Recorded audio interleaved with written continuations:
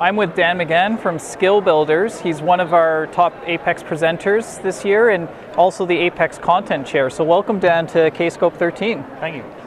So Dan, what brings you to Kscope? Well, it started with the content, I think the first year.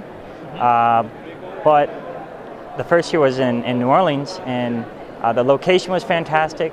Of course, the content was good, but also we met a lot of people that visit, and one of the reasons I keep coming back is those three things. Stop that. No, that's a good answer. That's a good answer. So overall, what do you think about this year's content in particular? Well, I had a hand in selecting some of the content for the Apex track. So of course, I think it's great. I'm really anxious to see what the attendees think, though. Now, Dan, you've got 3 presentations to do, and I think you've already given 2 so far, correct? How has that been going so far?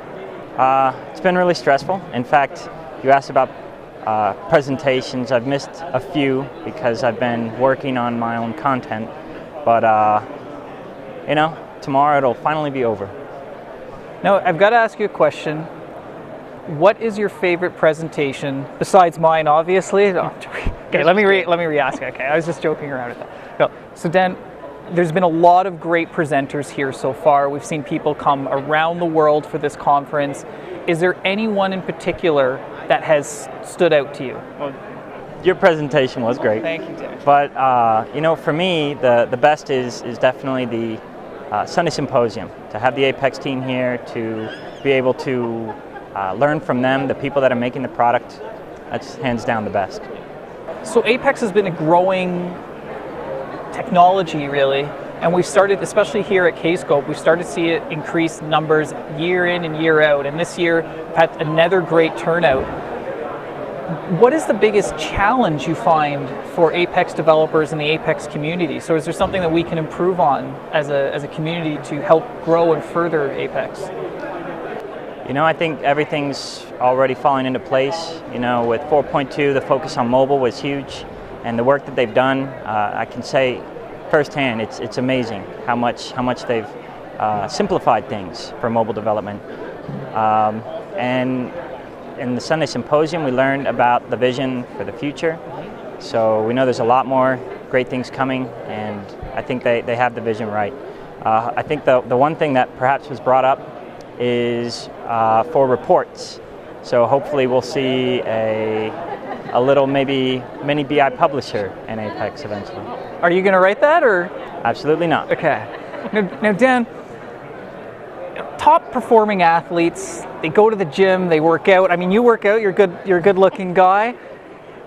Now you're also a top person in the Apex field, so how do you keep your skill set fresh?